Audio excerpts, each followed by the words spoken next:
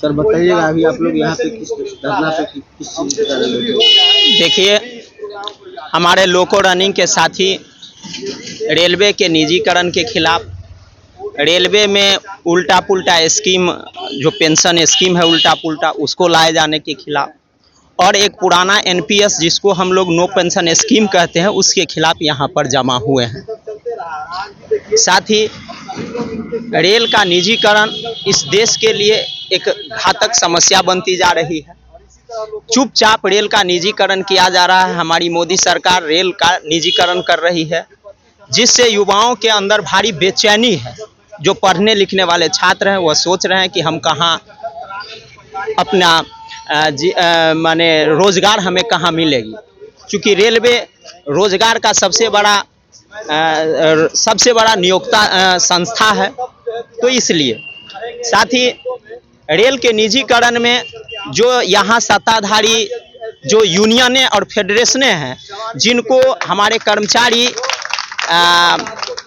Union के नाम से, AIRF और कर्मचारी यूनियन के नाम से, और NFIR, ECR MC के नाम से, MC के नाम से, मेंस कांग्रेस के नाम से जानती है, ये इस दोनों ही संगठनों के वरिष्ठ नेता निजीकरण पर, NPS पर, UPS पर साइन कर बाहर निकले।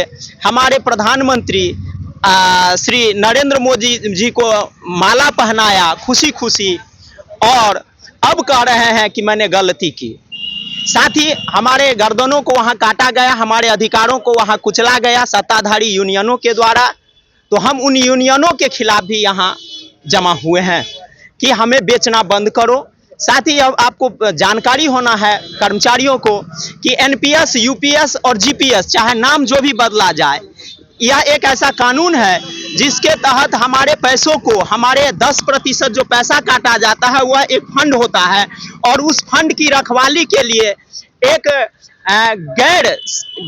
गैर सरकारी संगठन है, ट्रस्ट है, जिसके जरिए इस विशाल धनराशि की सुरक्षा की जाती है, जिसके नेता राघवैया और शिव गोपाल, हम लोग मजाक में उनको सब गोपाल मिश्र कहा करते हैं। तो सब गोपाल मिश्र हमारे माने उसके नेता बने हुए, जिससे लाखों का भत्ता मिलता है उनको। यह जानकर आश्चर्य होगा कि उस NPS के राशि से 1% जो खर्चा होगा वह उनके वेतन भत्तों और सुविधाओं पर खर्च होगा, और लाखों रुपए का, करीब करीब राष्ट्रपति के वेतन से अधिक वेतन वह प्राप्त कर रहे हैं उस बुढ़ापे में, जो अब मरणासन है।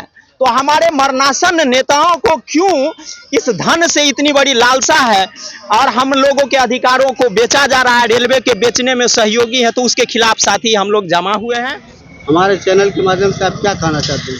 साथी, आपके चैनल से हम कहना चाहते हैं कि जितनी भी पब्लिक की संपत्ति है, भारत की जो सरकार की जो संपत्ति है, उसको बेचा न जाए। उसके लिए जो पॉलिसी लाई गई थी, मोनेटाइजेशन पॉलिसी, वह घातक है। इस देश के बारे में कहा जाता है कि कभी सोने की चिड़िया थी, इसके पास अमूल्य संपदा है, लेकिन भारत सरकार ने सिर्फ 19 लाख करोड़ की संपत्ति घोषित की कि भारत सरकार के पास मात्र और मात्र 19 लाख करोड़ की संपत्ति है, जिसको हमको बेच देना है। निर्मला सीतारामन ने इस घोषणा की, जो यह शर्मिंदगी भरी घोषणा है।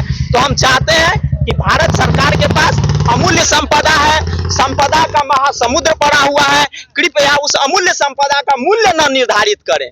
यह भारतीय जनता की चीज है, और भारतीय जनता के हित में, बेरोजगारों के हित में, पढ़े लिखे नौजवानों के हित में सरकारी संपत्ति को बेचना बंद कर दे, तो उनको रोजगार मिले। Sanjeev Kumar Mishra, East Central Railway Employees Union, जो ECRU के नाम से, पूर्व में पेड़ छाप के नाम से हम चुनाव लड़े थे, और सत्ताधारी यूनियनों का जमानत जब्त हो गया था इस समस्तीपुर डिवीजन में। तो हम कह रहे हैं कि रेल का निजीकरण बंद करो, NPS, UPS गो बैक, और पुरानी पेंशन हमको दे दीजिए। आप मरणासन है, पुराना पेंशन आप छोड़ दीजिए। हम नहीं छोड़ेंगे, हम मजदूर हैं, हमको हमारा बोइन दीजिए।